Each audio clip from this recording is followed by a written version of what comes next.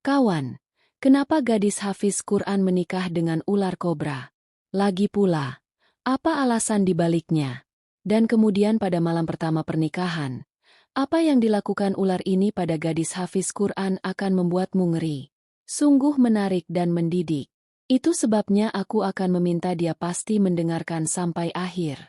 Sudah lama sekali seorang bangsawan tinggal di suatu tempat.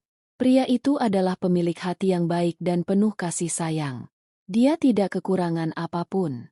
Dia mempunyai banyak kekayaan, rumah, properti, bungalow dan banyak pelayan. Karena alasan ini, dia biasa memerintah di wilayahnya. Yang dia kekurangan hanyalah seorang anak kecil. Dia menikah 3 kali karena anak-anaknya. Tetapi tidak satupun dari ketiga istrinya yang memiliki anak, pikirnya seringkali. Apa yang akan dilakukan musuh-musuhku terhadap istri-istriku dan harta bendaku setelah kematianku? Dan siapa yang akan mengambil alih pemerintahan di wilayah saya? Jika dia memikirkan semua ini, dia akan sangat khawatir. Anak di daerah itu mengenal anak itu. Pria mulia itu sangat merindukan anak-anaknya. Dia juga pergi menemui pengemis dan darwis. Dia pergi ke istana para tetua dan meletakkan karangan bunga. Dia meminta sapu di masjid. Dia biasa melakukan semuanya dengan tangannya sendiri. Ada banyak pekerjaan seperti itu yang telah dia lakukan. Namun hatinya tidak terbuka entah dari mana. Ada seorang peramal di daerah yang sama bernama Barkat. Dia sangat pintar dan terkenal dalam bidang seninya. Tapi dia beruntung. Dia selalu kekurangan uang. Lalu suatu hari dia mendapat resep. Dia mengenakan pakaian baru dan muncul untuk melayani seorang pria mulia dan mulai berkata, "Lihatlah pemerintah. Saya mengetahuinya dengan sepengetahuan ahli nujum saya, bahwa jika kamu menikah dengan gadis berusia 18 tahun, kamu pasti akan mempunyai anak dari tubuhnya." Pria mulia itu bertanya kepada ahli nujum, siapakah gadis itu dan di mana dia tinggal. Peramal itu berkata bahwa ada seorang janda yang tinggal di daerah sebelah. Dia hanya memiliki satu anak perempuan.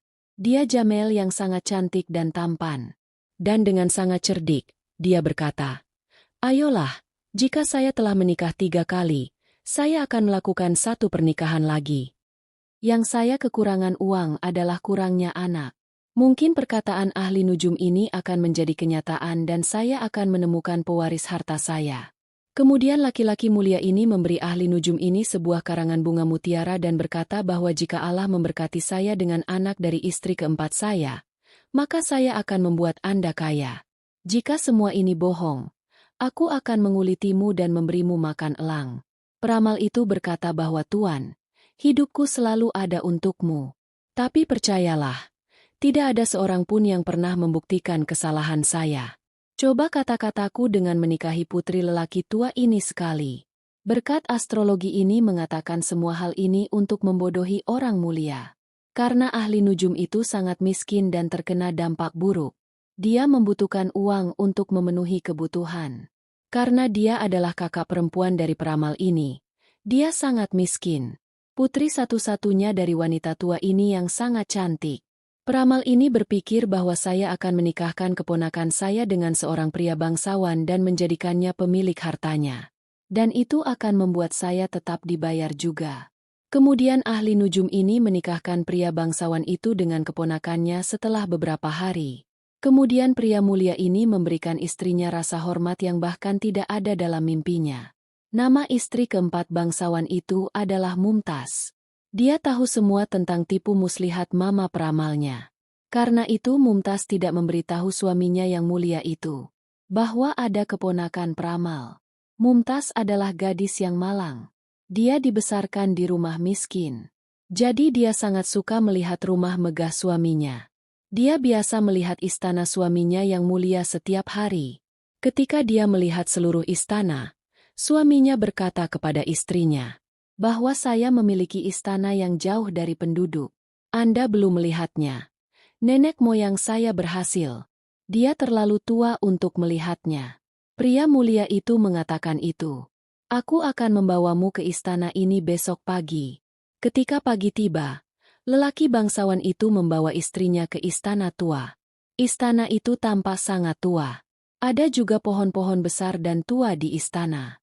Ada suara pengajian di ruangan istana ini. Saat Mumtaz bertanya pada suaminya, siapa yang sedang membaca di ruangan ini? Jadi di sana sang pria akan membawa istrinya ke kamar yang sama, di mana seorang penatua saleh yang sangat baik. Mereka sedang membaca. Di seluruh istana ini, hanya tinggal para penatua Tuhan. Mereka sibuk siang malam dalam beribadah kepada Allah. Umat Tuhan yang tua itu akan datang ke pohon-pohon tua ini untuk berjalan-jalan. Dan sembahlah Allah dengan duduk di bawah mereka pada siang hari. Pepohonan terlihat sangat aneh. Kata Mumtaz pada suaminya. Pohon-pohon ini terlihat sangat aneh. Apakah para tetua ini tidak takut dengan pohon-pohon ini? Di sanalah pria mulia itu mengatakan hal itu. Mereka sibuk beribadah kepada Allah. Mereka yang menyembah Allah. Dan cahaya Allah hadir di hati mereka. Dan orang-orang yang memiliki Allah di dalam hatinya tidak mempunyai rasa takut. Kata para tua-tua Tuhan, bahwa ada pemukiman ular di bawah pohon ini. Ada banyak ular seperti itu. Mereka yang berbicara dengan para penatua Tuhan. Dan ambil wujud manusia. Mumtaz sedikit takut setelah mendengar hal ini. Kemudian setelah itu dia kembali ke rumahnya. Dengan bantuan Mumtaz, pamannya yang seorang astrolog dan ibunya yang sudah lanjut usia yang telah hidup dalam kemiskinan selama berabad-abad. Sekarang bersenang-senanglah. Setiap malam mereka menyenangkan dan hari-hari mulai berlalu seperti Idul Fitri. Begitu pula dengan pernikahan Mumtaz yang sudah berumur 2 tahun. Tapi pria ini tidak punya anak. Maka di sanalah orang mulia itu sangat kecewa. Lalu suatu hari orang mulia itu marah dan memanggil ahli nujum ini ke istananya dan berkata, bahwa Anda adalah seorang peramal palsu. Jadi sekarang Anda bersiap-siap untuk hukuman. Di sana, ahli nujum berkata bahwa pemerintah harus memenggal kepala orang malang ini dan muncul di kaki Anda. Apa yang lebih membahagiakan dari ini? Tapi percayalah, saya tidak melakukan kesalahan apapun. Pewaris keluarga Anda pasti akan menjadi kacamata Anda tahun ini. Pria itu sekali lagi bahagia dan memberikan kalung mutiara kepada sang peramal. Di sana, sang peramal mengambil kalung itu dan pergi menemui kakak perempuannya. Dan pergi dan berkata, bahwa Anda menjadikannya terkenal dalam beberapa hari. Bahwa putriku, istri bungsu dari seorang bangsawan terkemuka, mulai berkata bahwa dia akan menjadi seorang ibu. Bukan masalah besar untuk mengumumkannya. Namun kebohongan ini sangat sulit untuk ditangani. Ini akan berakhir buruk. Peramal itu mulai berkata, jangan khawatir adikku. Lagi pula, saudara peramalmu ini akan berguna. Aku akan mengurus semuanya selanjutnya. Saya akan membuat rencana seperti itu. Bahwa Anda dan saya akan menjalani kehidupan yang sangat mewah. Kemudian kakak perempuan sang peramal memberitahukannya dalam beberapa hari. Itu akan menjadi ibu yang terhormat. Istri bungsu pria ini akan mewarisi keluarga. Orang mulia ini berbahagia dan membagikan banyak hal kepada orang miskin. Dan lelaki mulia itu juga mengundang sang peramal datang kepadanya dan memberinya banyak hadiah. Peramal itu mulai berkata kepada orang mulia itu, Tuan, aku harus memberitahumu satu hal. Saya mengetahui hal ini dari peramal saya, bahwa kamu akan memiliki seorang putra seperti pangeran tampan di sini. 14 tahun setelah kelahirannya akan sangat berat bagimu. Di sanalah lelaki mulia itu mulai berkata, bahwa aku tidak mengerti maksud kata-katamu. Sang peramal mulai berkata jika ada orang lain yang melihat tontonan keluarga Anda kecuali ibu dan neneknya. Jadi putra pangeranmu akan menjadi hantu. Atau dia akan mati. Wajah terbuka pria bangsawan itu langsung layu. Suara pria bangsawan itu langsung ditekan. Wow, dia sangat kesal mendengarnya. Bahwa pemerintah tidak senang. Bahwa pewaris keluargamu sedang lahir. Jika Anda tidak melihatnya. Jadi itu bukan masalah besar. Anda menikah dengannya ketika dia berusia 14 tahun. Tapi jangan ikut serta dalam prosesinya. Ketika dia menikah dan kembali ke rumah bersama istrinya. Jadi, Anda akan melihat putra dan menantu Anda bersama. Setelah mendengar semua perkataan peramal ini, lelaki mulia itu berdiri di sana sebagai berhala dan berpikir. Pada awalnya, Allah merampas berkah anak-anaknya selama bertahun-tahun. Dan ketika kebahagiaan anak-anak jadi diberlakukan larangan ketat. Siang dan malam dihabiskan dalam kegelisahan. Kemudian orang mulia itu memerintahkan hamba-hambanya bahwa istana megah yang indah harus disiapkan jauh dari penduduk. Dan dibuatlah sangat indah di sekeliling istana, agar ahli warisnya bisa dibesarkan dengan baik. Hanya dalam beberapa hari, sebuah istana yang indah telah siap. Saat hari kelahiran anak semakin dekat, Mumtaz, istri bangsawan, dibawa ke istana ini. Dia ditugaskan untuk menjaga Mumtaz dan ibu tuanya untuk melindunginya. Sehingga orang yang bukan perempuan tidak dapat melihat anak itu. Saat hari-harinya berakhir, maka saudara perempuan peramal itu berkonsultasi dengan saudara laki-lakinya. Bersama-sama, kedua bersaudara ini memberitahu bangsawan tersebut tentang kelahiran seorang putra melalui seorang pelayan. Kebahagiaan pria mulia ini belum berakhir. Hal itu dilaporkan ke seluruh negaranya. Itu harus dirayakan di setiap rumah. Setiap orang di setiap wilayah di negara ini sangat bahagia. Pria bangsawan itu membagikan banyak manisan di daerahnya. Pertandingan itu spektakuler. Dan banyak doa dipanjatkan untuk umur panjang putranya dengan menyebut dewa-dewa ini. Orang miskin diberi makan selama beberapa hari. Kebutuhan banyak orang telah terpenuhi. Para tahanan dibebaskan. Dan pangkat pejabatnya semakin meningkat. Melihat semua itu, sang peramal sangat bangga dengan kelicikan dan kepintarannya. Betapa mudahnya aku menipu orang ini, penguasa negeri ini.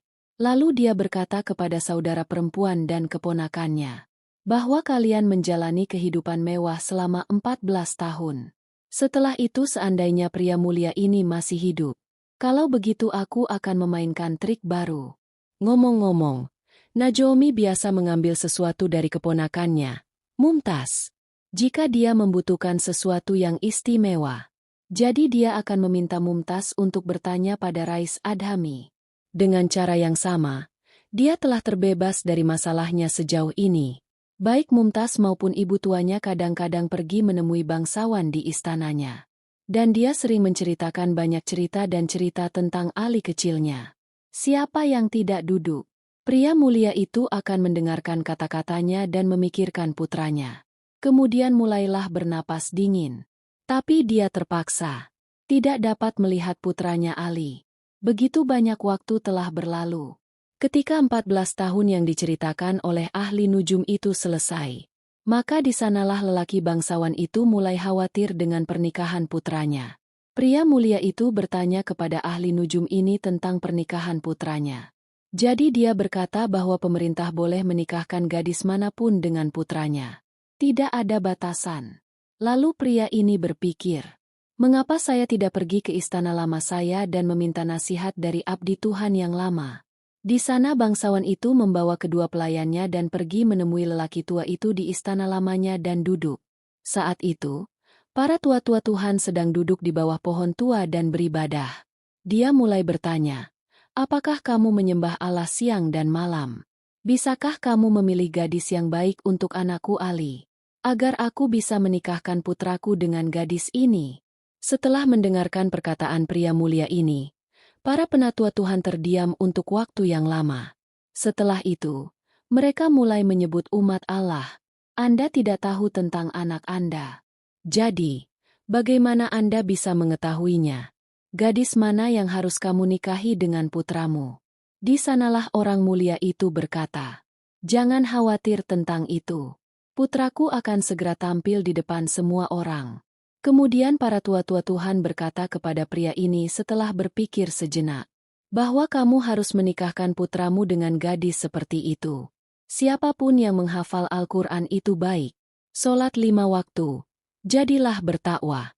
Saat pria mulia itu pergi, jadi seekor ular hitam datang merayap di balik pohon ini. Dia mendengarkan dengan seksama kata-kata orang mulia dan kata-kata Allah. Bangsawan ini punya banyak kerabat. Dia tinggal bersama orang-orang hebat, tapi dia mencari gadis hafiz Quran yang malang. Akhirnya, lelaki mulia itu menemukan seorang gadis hafiz Quran. Siapa putri seorang janda? Dia menyelesaikan hubungan putranya dengannya. dan tanggal pernikahan telah ditetapkan sekaligus. Selama prosesi putra mulia sampai di depan pintu gadis hafiz Quran ini, karena tidak ada seorang pun yang diizinkan melihat Ali, jadi ibu dan neneknya menjadikannya pengantin pria. Persiapan sedang dilakukan untuk pergi ke istana seorang bangsawan. Kata kakak perempuan peramal kepada kakaknya. Saatnya berangkat ke prosesi. Di mana kita mendapatkan pengantin pria sekarang? Peramal itu berkata, adikku sayang, kamu telah menjalani kehidupan mewah selama bertahun-tahun di istana ini. Selamat bersenang-senang juga. Sekarang jika kamu mengalami masalah ini, aku akan melarikan diri ke suatu tempat dengan tenang. Setelah mendengar ini, tanah muncul di bawah kaki lelaki tua itu. Dia berkata, hei, orang mulia itu akan memotong tanaman kita dan memberi makan elang dan gunung. Hei, tiran itu mendorong kita ke neraka. Apakah kamu tidak malu? Peramal itu berkata, lihatlah, saudari, saudara ini telah lama menahanmu di surga. Adalah, sekarang kamu memberiku hadiah ini. Mengenai hal ini, saudari itu mulai berkata, ingatlah jika Anda meninggalkan kami dalam situasi ini, jadi kamu tidak akan pernah dimaafkan. Jadi sekarang kita tinggal bersama harimau di hutan. Istri bangsawan Mumtaz pun mulai menangis setelah mendengar perkataannya. Baik ibu maupun putrinya saling berpelukan. Astronom Barka terkadang tertawa dan terkadang terdiam saat melihat keduanya. Saat ibu dan putrinya berhenti cegukan sambil menangis, maka sang peramal mulai berkata, tangisan itu tidak akan menghasilkan apa-apa. Ikutlah dengan saya saat saya memberitahu Anda apa yang harus dilakukan selanjutnya. Mendengar ini, kedua ibu dan putrinya hidup kembali. Dia membawa mereka ke ruangan lain dan mulai berkata, lihat ini, aku telah membuat hantu yang setara dengan 14 tahun. Masukkan hantu ini ke dalam tandu. Pada malam hari, saat prosesi berhenti, kalian berdua menjauh dari tandu. Dan beritahukan di pagi hari bahwa seseorang secara diam-diam telah melihat Ali di malam hari. Itu sebabnya ia menjadi idola. Dengan begitu kita semua akan diselamatkan. Tetua itu telah memahami semuanya. Lalu dia dengan senang hati mendandani idola ini dengan gaun pengantin. Buatlah karangan bunga. Letakkan di tandu dan duduklah di tandu itu sendiri. Dan mengangkat tirai tandu dan memanggil para pelayan. Dia harus mengambil tandu dan mengeluarkannya. Kembang api diadakan di luar dengan meriah. Melihat kembang api, keluarlah 2 ekor ular. Dan kami mengikuti mereka. Tentara dan tentara sedang duduk di atas gajah besar di belakang. Atau prosesinya berlangsung dengan sangat antusias. Prosesi mencapai tempat ini pada malam hari.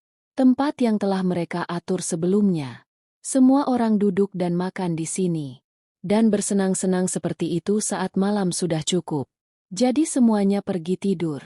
Balki mempelai laki-laki diletakkan di bawah pohon Shesham. Orang tua ini mengusir semua orang dengan mengatakan ini, bahwa Ali butuh udara segar.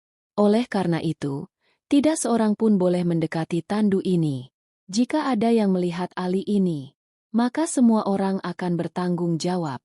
Ketika semua orang pergi ke tempatnya masing-masing dan tidur, jadi si penatua juga diam-diam pergi ke sebuah lorong dan tertidur.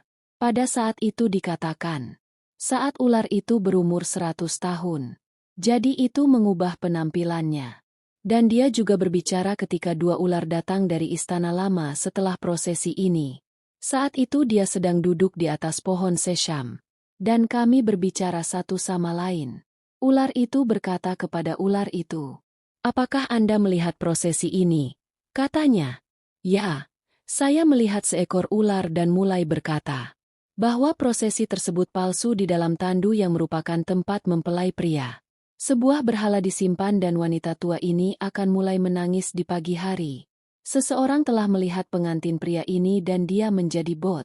Tangan seorang peramal berada di balik semua penipuan menjijikan ini. Lalu mereka akan menyingkirkan semua permainan ini. Dan orang mulia itu akan memahami fakta ini. Dan kemudian pria mulia ini akan sangat terkejut. Pria mulia ini akan mati. Nagan berkata, tidakkah lelaki mulia ini melihat putranya? Ular itu berkata bahwa ini adalah tipuan mereka semua. Seorang pria mulia tidak mengetahui hal ini. Bahwa tidak ada anak laki-laki yang dilahirkan olehnya. Tidak ada anak yang menjadi miliknya. Kemudian ular ini juga merasa kasihan pada pria mulia ini.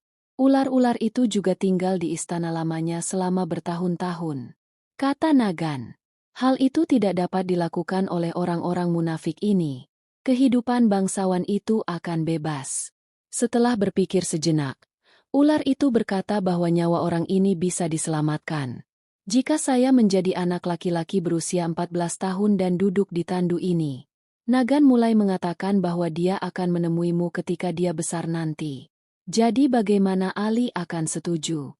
Bahwa ular itu mengatakan bahwa ia telah tumbuh. Itu sudah menyebarkan banyak tipuan. Dia akan terkejut saat melihat anak laki-laki hidup. Jika dia mengatakan siapa kamu, maka saya akan mengatakan, jika kamu benar, maka tunjukkan Ali yang asli, beritahu saya. Di mana ular-ular ini? Mereka bilang semuanya baik-baik saja. Tapi apa yang akan kamu lakukan setelah itu? Ular itu berkata bahwa aku akan menjadi pengantin laki-laki dan mengambil menantu laki-laki ini. Maka bagaimanapun juga aku akan menemuimu setelah seminggu. Ular itu bersimpati pada pria ini. Tapi dia bilang aku akan melepaskanmu hanya dengan satu syarat. Anda harus menghubungi saya kembali dalam seminggu. Nak berkata ya, aku pasti akan datang. Kemudian ular itu mengubah wajahnya dan menjadi seorang anak laki-laki tampan berusia 14 tahun dan duduk di tandu. Dan berhala ini dibuang ke semak-semak. Begitu pagi tiba, dia akan memainkan triknya. Ketika dia membuka tirai, alih-alih berhala di depannya, yang terlihat adalah seorang anak laki-laki tampan yang masih hidup. Saya terkejut melihatnya. Dan berkata siapa kamu? Nak tersenyum dan berkata, tahukah kamu bahwa akulah pengantin pria dalam prosesi ini? Apa gunanya ini bagimu? Kamu mengikuti prosesi tanpa pengantin pria. Sekarang syukurlah Anda telah menemukan pengantin pria yang hidup dan sehat.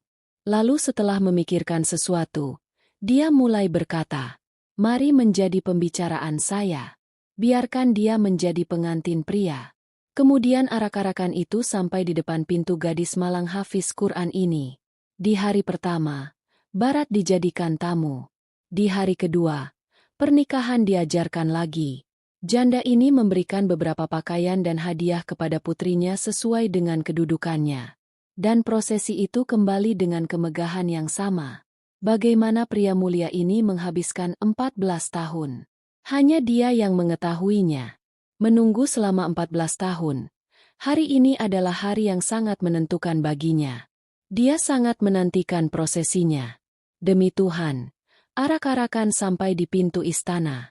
Dia mengangkat tirai tandu dan memeluk putranya. Mencium keningnya, mencium mulutnya. Lalu mengambil pujian di tangannya dan menatapnya lama sekali. Jantungnya melonjak kegirangan. Hatinya ingin dia tidak mengambil putranya darinya meski hanya sesaat. Bangsawan ini merayakan kedatangan putra dan menantunya dengan penuh perayaan. Dan setiap berkat ditawarkan kepada mereka. Dia mendekorasi istananya sedemikian rupa sehingga orang yang melihatnya akan tetap melihatnya. Pria mulia ini telah menunjuk banyak pelayan dan pembantu untuk menantu dan putranya. Saat ular melihat begitu banyak kemewahan di dunia manusia, jadi dia melupakan kehidupan pertamanya. Saat dia memikirkan ularnya, maka saya akan terkejut jika berpikir bahwa dia akan menghabiskan hari-harinya dengan satu atau lain cara. Di sisi lain, Nagan bosan menunggu hidungnya, dan dia bermaksud bahwa dia akan pergi mencari ularnya, dan akan mengingatkan dia akan janji itu, akan membawanya kembali bersamamu. Kemudian dia mengumpulkan semua ular dan ular dari keluarganya. Dan setelah memberitahu mereka kondisi ular itu, saya akan mencari ular saya. Apakah kalian semua mengizinkanku untuk pergi ke dunia manusia? Ular itu meninggalkan keluarganya dan mencarinya. Nagan lama sekali mengembara di hutan mencari ular itu. Dicari kemana-mana. Akhirnya, suatu hari ular itu tiba di istana. Nagan bersembunyi di taman istana sepanjang hari dan pergi ke gerbang saat malam tiba. Tapi semua jalan menuju istana sepertinya diblokir. Saya sangat khawatir. Tetapi situasi seperti itu tidak terjadi. Bahwa dia akan masuk ke sana. Dia terpaksa bersembunyi di taman. Di pagi hari, seorang pria membuka pintu istana. Dia masuk dengan cemas. Jadi seorang pria melihatnya dan mulai berlari mengejarnya sambil mengeluarkan suara ular. Mendengar suara itu, banyak pelayan datang. Bersama-sama mereka mengepung ular itu. Nagan menjadi sangat marah dan dia membunuh 2 pelayan. Tapi bagaimana dia bisa menghadapi begitu banyak pelayan sendirian? Wajah lelaki malang itu hancur. Begitu Ali meninggalkan ruangan, dia berkata, "Sungguh tontonan yang luar biasa. Apa yang kalian semua lakukan di pagi hari?" Sarkar kecil itu telah keluar dari taman ular dan memasuki istana. Dia mengambil 2 pelayan 10. Tapi para pelayan lainnya telah meremukkan mulut ular itu bersama-sama. Sarkar Ali kecil berlari dan melihat ular mati itu. Jadi air mata mengalir di matanya. Hati Ali terguncang memikirkan kematian Nagan dan ingkar janjinya. Menangis dengan air mata lama sekali di sana. Istri dan ayahnya bertanya mengapa dia sedih dan menangis. Tapi dia tidak memberitahu mereka apapun. Dia merangkak ke arah para tetua yang saleh ini dengan kesedihan yang sama. Pergi ke sesepuh Tuhan. Dia mengambil bentuk manusia dan mulai berkata kepadanya, "Istriku Nagan sudah mati. Seperti yang mungkin diketahui, jika salah satu ular dan ular terbunuh, jadi yang satu lagi membalas dendam.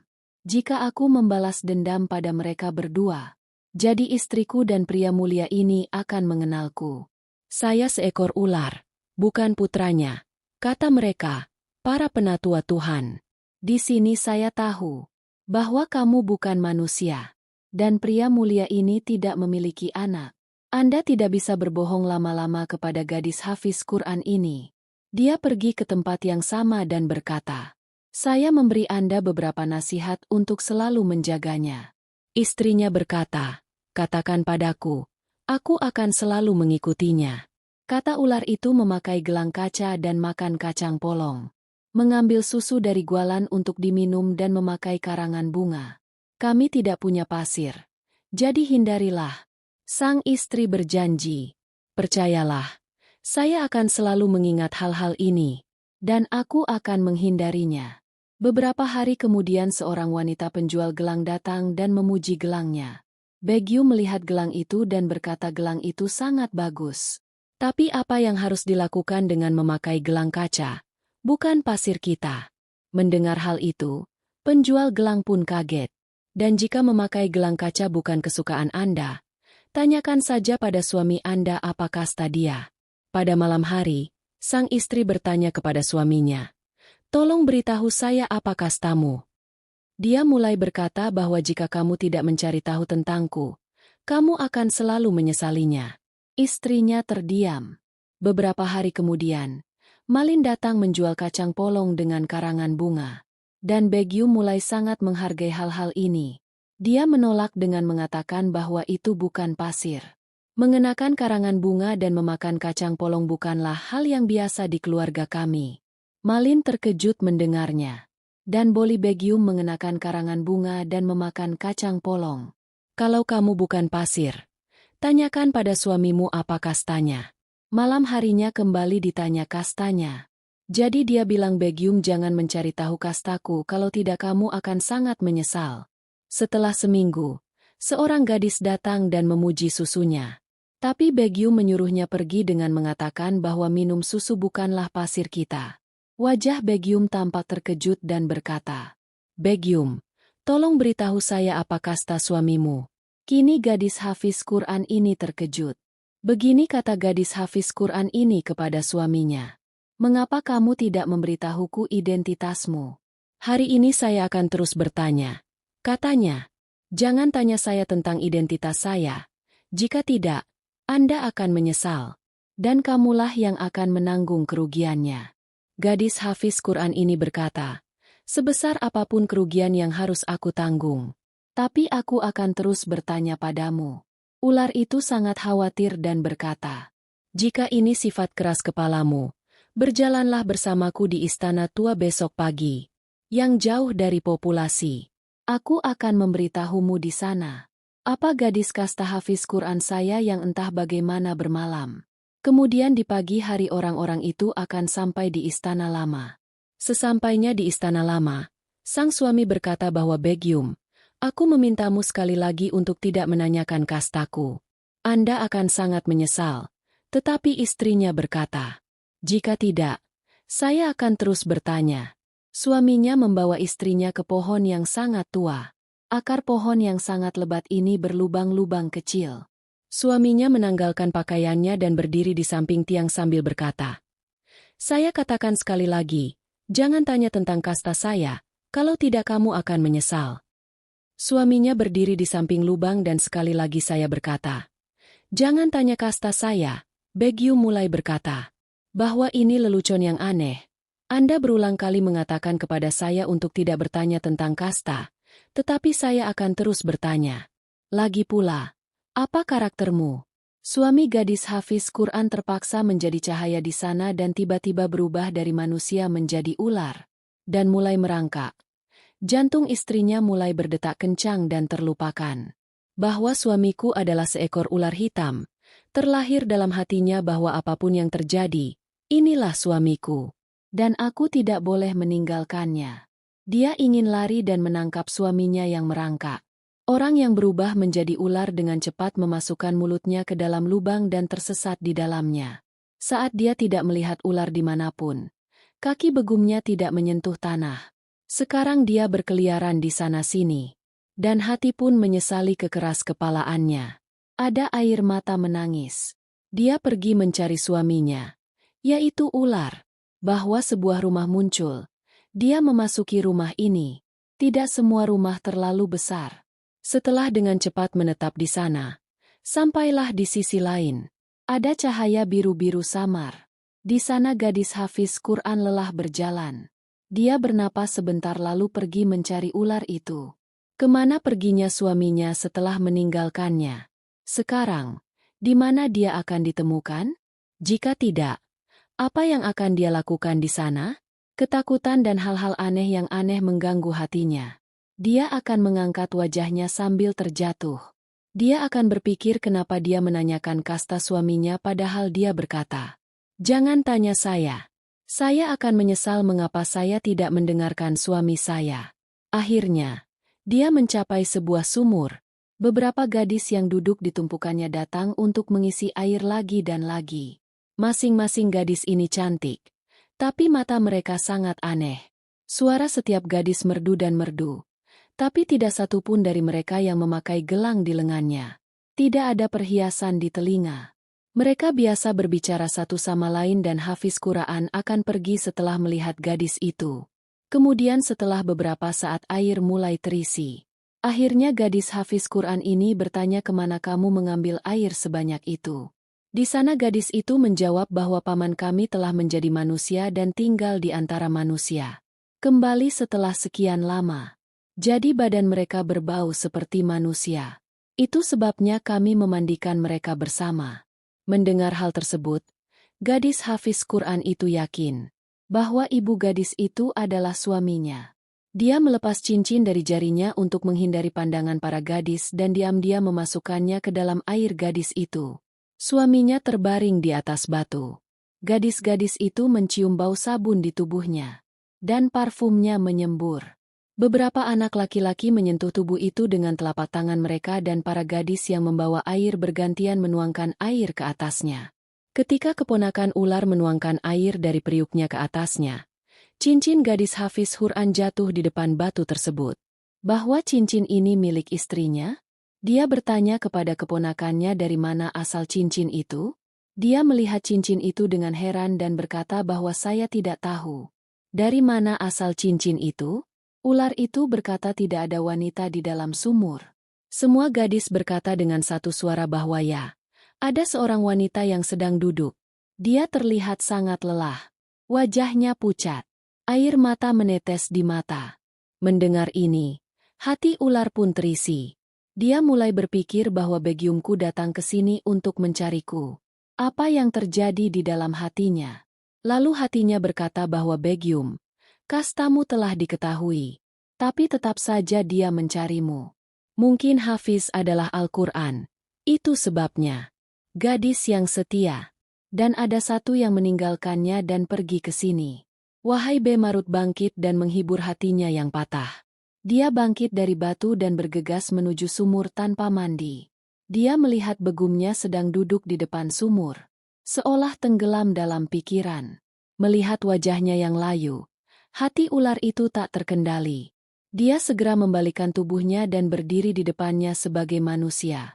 Saat mata Begum tertuju padanya, air mata memenuhi mata hitam besarnya. Wajahnya mulai terlihat. Melihat kondisinya, Nak berkata, Begum, menurutku kamu sangat keras kepala. Itu sebabnya aku meninggalkanmu dan datang ke sini. Namun kini hatimu telah melihat dan memahami bahwa kamu memiliki banyak cinta untukku di hatimu. Dan kamu sangat menginginkanku. Begum menatapnya dengan mata haus dan sedikit menggerakkan bibirnya. Tapi tidak ada yang keluar dari lidah. Akhirnya, sang suami maju ke depan dan meraih bahunya sambil berkata, Bangunlah Begum, ikutlah aku ke keluargaku. Dan saya akan menceritakan situasi Anda. Mungkin saja mereka akan merasa kasihan. Dan biarkan aku pergi bersamamu. Senyum tersungging di bibir kering gadis Hafiz Quran ini. Begumnya sekali lagi tidak memikirkan hidupnya. Keluarga suamiku tidak membawaku 10. Karena dia tahu suaminya ada bersamanya. Dan dia meraih tangan suaminya dan pergi bersamanya. Dalam perjalanan sang suami menceritakan seluruh kisahnya dan memberitahunya bahwa Berkah adalah seorang ahli nujum. Betapa dia membodohi pria mulia ini. Dan prosesi palsu berkemah di hutan. Jadi dia menjadi ali dari ular dan duduk di tandu. Dan ketika ularku pergi ke istana, pelayan itu membunuhnya.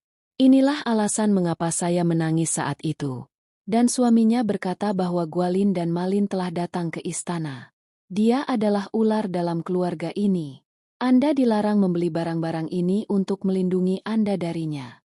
Dan mendengar semua hal ini, dia terkejut dengan bahasanya. Namun dia tetap diam. Di sana ular itu membawa istrinya dan mencapai keluarganya. Dan menyapa semua orang berkata, ketika saya menikahi wanita ini, dia tidak mengetahui hal ini. Bahwa aku adalah seekor ular dan kemudian dia mengetahui bahwa aku bukanlah manusia melainkan seekor ular. Tetap saja ia menginginkanku seperti sebelumnya dan telah datang jauh-jauh untuk menemukanku. Jika kalian semua mengizinkanku bersamanya, jadi aku akan melakukannya. Suaminya juga bilang ular saya sudah mati. Jadi sendirian itu sulit bagiku. Saya telah pergi ke manusia jadi saya tahu. Orang-orang ini juga setia. Seperti yang Anda semua tahu di keluarga kami. Di luar istana lama, ada seorang lelaki tua yang tinggal di dekat pohon. Siapa yang selalu beribadah kepada Allah? Dia juga manusia. Mereka melihat kami berkali-kali tetapi tidak menyakiti kami. Dan mereka memberitahuku. Itu jika kamu menikah dengan gadis Hafiz Quran. Jika kamu pergi, kamu bisa hidup selamanya di dunia manusia. Dan Begum alhamdulillah saya adalah Hafiz Quran. Jika aku pergi bersamanya ke dunia manusia, hidupnya juga akan dijalani dengan bahagia. Dan saya tidak akan merasa sendirian. Orang-orang dari keluarga ular mengatakan bahwa kami sangat senang melihat kesetiaan Anda. Oleh karena itu, kami dengan senang hati menyerahkan saudara ular kami kepada kalian manusia. Pergi dan ambil begumu dan jalani hidupmu dengan bahagia. Saat suami dan istri memasuki istana lama, maka umat Allah ini mendatangi orang yang dituakan itu dan menceritakan kepadanya seluruh kejadian itu. Kemudian hamba Allah itu berkata kepada suami istri mereka berdua, pergilah dan beritahukan seluruh kebenaran kepada orang yang mulia ini. Kemudian ketika suami dan istri sampai di istananya, semua orang bergembira. Dan di sana, lelaki mulia itu sangat sedih dengan perpisahan Ali dan Begum. Dia sering pingsan memikirkan mereka. Namun saat itu darah baru mulai mengalir di tubuhnya. Dia bangkit dari tempat tidur dan memeluk mereka berdua. Ketika pria itu bertanya kepada putranya di mana dia hilang selama berhari-hari, ular ini duduk dan menceritakan seluruh situasi dan menceritakan semuanya dengan jujur. Di sanalah bangsawan itu terkejut. Dan sang peramal mulai bertanya-tanya sudah berapa lama saudara perempuan dan keponakannya membodohinya. Dan siang malam dia ditipu. Tubuh bangsawan itu mulai gemetar karena marah. Saat itu sang peramal dan adiknya dipanggil dan diperintahkan bahwa keduanya harus disalib. Dan ketika para penipu dan penipu ini bisa menipu orang hebat di negara ini, jadi semua orang tidak akan meninggalkan kebutuhan bisnis yang terlewat. Mereka berdua bergemuruh dan mulai meminta maaf kepada pria ini. Namun pria ini tidak mendengarkan satu pun dari mereka. Sebaliknya, dia menyuruh para pelayannya untuk segera menyingkirkan mereka berdua dari pandanganku. Saat itu, para pelayan membawa mereka berdua pergi dari sana. Dan keesokan harinya kedua orang munafik ini disalib. Kemudian pria mulia ini menjatuhkan hukuman penjara seumur hidup kepada Begum Mumtaznya. Karena dia tidak mengatakan yang sebenarnya meskipun dia seorang istri. Sebaliknya, dia mendukung ibu dan pamannya dalam setiap langkah. Dan setelah menghukum semua orang di sana, pria bangsawan itu sangat khawatir dan sedih. Ular itu adalah Ali. Dia berpikir mungkin karena ini, kondisinya menjadi seperti ini. Oleh karena itu, dia muncul untuk melayani pria itu dan berkata, "Anda telah mengetahui kebenaran saya. Jadi jika Anda mengizinkan, saya akan pergi ke tempat lain bersama istri saya." Awalnya, bangsawan itu melihat wujudnya. Lalu dia berkata, "Apakah kamu manusia atau bukan? Aku tidak ada hubungannya dengan itu. Aku selalu menganggapmu sebagai anakku dan aku masih menatapmu dengan mata yang sama. Anda belum pernah mengatakan hal seperti itu kepada saya, yang membuatku berpikir bahwa kamu bukan anakku. Karena itu, aku tidak akan mentolerir perpisahanmu." Nah, Ali sedang duduk di sana dengan kepala tertunduk. Kata-kata pria mulia itu mempunyai dampak yang mendalam. Ular ini berkata dalam hatinya bahwa aku menghormati pria ini dengan sepenuh hati dan jiwaku. Kemudian ular itu berkata kepada orang mulia ini, "Ayah itu, kamu tidak punya anak, jadi itu bukan salahmu. Mungkin itu sebabnya Allah menjadikanku anakmu. Kecuali istana ini, semua orang mengetahui hal ini, bahwa aku anakmu." Mendengar ini, lelaki mulia itu berkata kepada ular itu dengan air mata berlinang, "Ya nak, kamu adalah anakku, dan bahkan setelah kematianku, kamu akan menjaga harta bendaku dan hati negaraku." Mendengar ini, ular itu pun mulai menangis, dan bangkit dan mencium tangan pria itu dan berkata, "Ayah itu, mulai hari ini aku adalah putramu dan kamu adalah ayahku." Setelah itu, orang-orang mulai menjalani hidup bahagia di sana. Jadi, teman-teman, lihat betapa besarnya kekuatan yang ada dalam cintamu. Entah itu manusia atau binatang. Jika Anda berbicara dengannya dengan cinta, dia juga menjawabnya dengan cinta. Semoga Anda menyukai episode hari ini. Jangan lupa untuk menyukai dan membagikannya kepada teman-teman Anda. Dan jangan lupa untuk berlangganan saluran kami. Terima kasih.